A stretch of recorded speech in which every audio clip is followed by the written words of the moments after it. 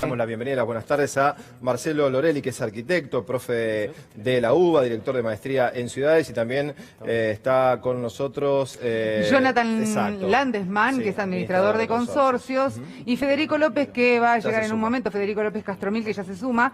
Pero lo cierto, a ver, lo primero que dicen es, gracias por venir a ambos, a los tres, ahora que te vas a sumar, Federico, pero ¿es cierto que pueden llegar a subir los alquileres? O sea, el inquilino hoy por hoy ¿está con ese problema? Sí, a ver, yo te digo la perspectiva que yo veo con ya con experiencia vivida, porque acá en Capital está una ley de alquileres. Sí, claro. Bueno, cuando se generó esa ley de alquileres, se dispararon los alquileres.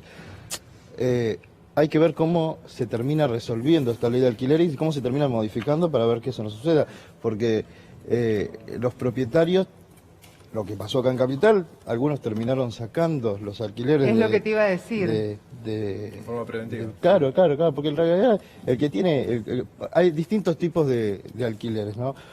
Propietarios. Uno es el chiquito o el jubilado que tiene una propiedad o que ahorró para tener ese pequeño ingreso y que simplemente lo tiene como un ingreso, pero nunca pensó que cuando uno compra una propiedad, recién puede llegar a tener capital que puso en 35, 40 años. O sea, ni siquiera quizás hasta vive para tenerla. Tal cual. Entonces... es solamente para que lo ayude la renta, diríamos. Exactamente. O están los grandes, que compran por todos lados, que lo usan como inversión para tener mucha renta, ¿no? Y les repercute de diferentes maneras. Ahora, si a alguien le pone una regla, una ley en el medio, ¿no?, que regula las partes privadas, y tiene que estar muy bien reguladas las partes privadas, porque son contratos entre privados que se meten en el medio, y siempre decimos que cuando se meten en el medio el gobierno con leyes privadas, tienen que estar muy bien reglamentadas, ¿no? Le vamos a dar la bienvenida, Federico. ¿Cómo estás, Federico? Hola, Ya te has presentado, pero... Sí. Gracias por la invitación. Por favor. Ahora sí te podemos escuchar. Bueno, a ver, hacía falta... Ahora sí. Es un mercado que necesitaba regulación. Es un mercado que necesitaba regulación, es un mercado que necesitaba una enorme cantidad de herramientas que la ley empezó a poner como una disposición de viviendas por parte del Estado y un incentivo por parte del Estado de nuevas herramientas. El caso más importante es todo lo que tiene que ver con las garantías. Regula nuevas garantías y permite nuevas garantías, abre el camino a una cantidad de herramientas que pueden el Estado ser parte de un fomento de financiamiento, y como bien lo plantearon acá en la mesa, seguramente va a generar algunas especulaciones, gente que va a sacar la propiedad, pero esto es como todo. La verdad es que necesitaba esta ley, se necesitaba porque de alguna manera en algún momento se generaron condiciones adversas para los alquileres. Claro. Vivimos en un momento donde la gente no lo puede pagar, entonces es importante que aparezca el Estado incluso proponiendo posibilidades de acceso. Las nuevas herramientas van a facilitar el acceso, va a haber crédito blando para que el Estado dé financiamiento al acceso. Como bien lo plantearon acá, siempre la vivienda y siempre el rol del propietario privado generó una herramienta que el Estado no generó, que es la posibilidad de poner viviendas en alquiler. Entonces estas viviendas en alquiler facilitan al mercado una disponibilidad de vivienda. En el imaginario colectivo nuestro siempre la vivienda fue como un refugio de valor. Tal cual. Y ese refugio de valor abasteció de una cantidad enorme de metros cuadrados para disponibilidad de alquileres.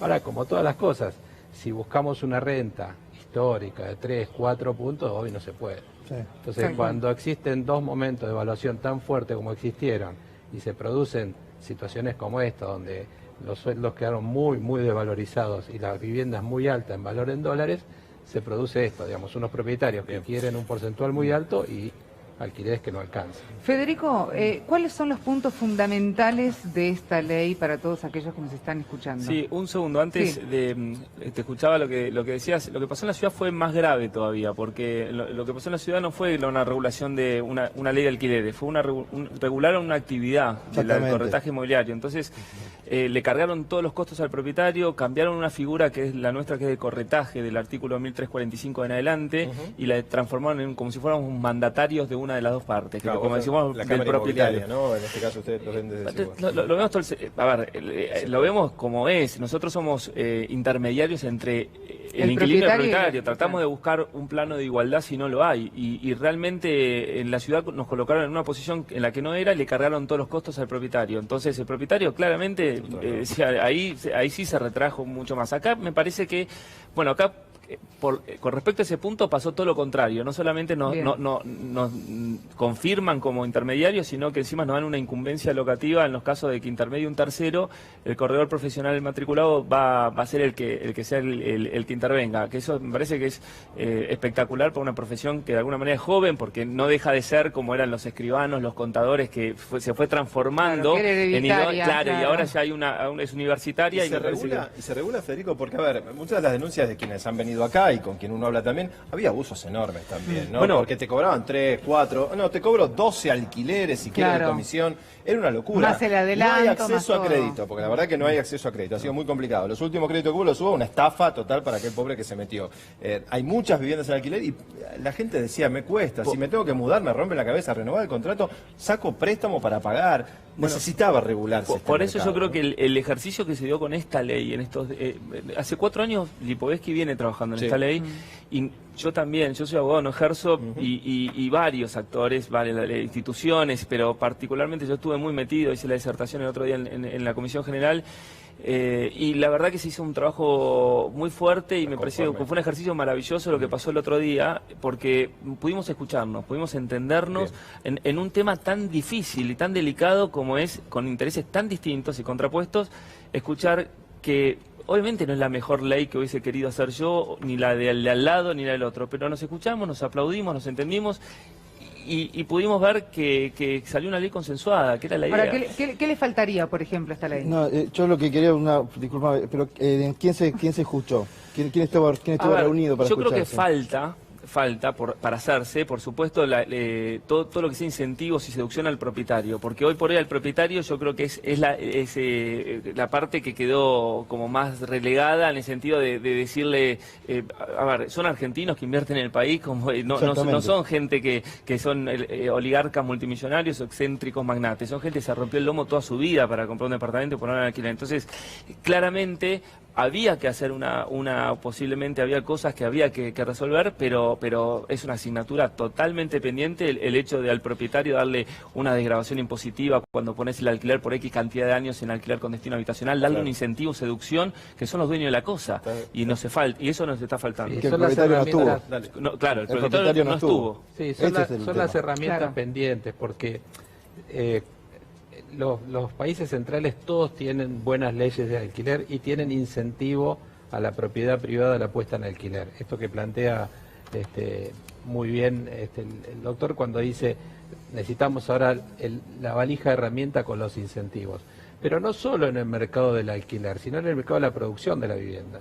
No nos olvidemos que la vivienda forma parte de una de las industrias más importantes, que es la industria de la construcción. Entonces, si vos tenés vivienda que quizás la comprás sin impuestos, o que tenés impuestos más reducidos, o que no te cobran ganancia, o que podés de alguna manera tener algún incentivo, vos vas a disponer de vivienda para el alquiler.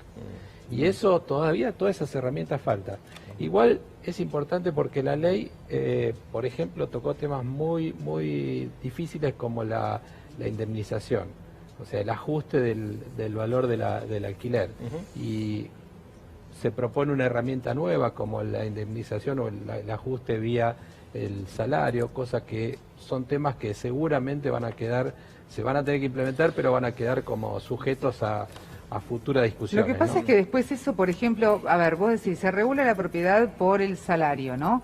Ahora, no todos cierran por la misma cantidad de aumento según el salario, no todos renuevan paritaria ni regulan la discusión por el salario, con lo cual entonces... Un índice, claro. Sí, pero ¿en qué te vas a bajar? ¿En qué te vas a basar? Inflación es el promedio, es un promedio entre salario igual ese punto, no sé, igual falta que se siga, porque quizás hay modificaciones, no lo sé, pero ese punto es interesante porque si lo actualizan como están diciéndolo ahora, va a ser más alto de lo que va a ser ahora. Entonces, claro. Sí, pero va a tener una base sólida, si no te pasa como los UBAs, Que los subas entraron en el mercado financiero. Que no hay parámetros, entraron en el mercado financiero y la gente quedó descolocada. Si el UVA hubiese hoy sido indexado por salario, la verdad que tendríamos una canasta de salarios. Si querés agarrar un promedio de los salarios en blanco de los distintos gremios y sacás un valor.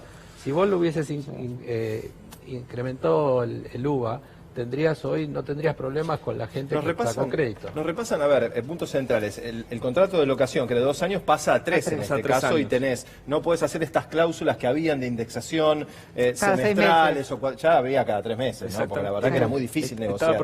Ahora es anual. Ahora es anual, es una indexación, un índice, un promedio entre el salario y la inflación. Los contratos pasan a ser de 3 años, el depósito es solamente 1 mes. Va a ser indexado con el último, al final del contrato, se le va a devolver indexado al inquilino. La ley toca muchas cosas, toca subsidios a jubilados, toca la resolución anticipada,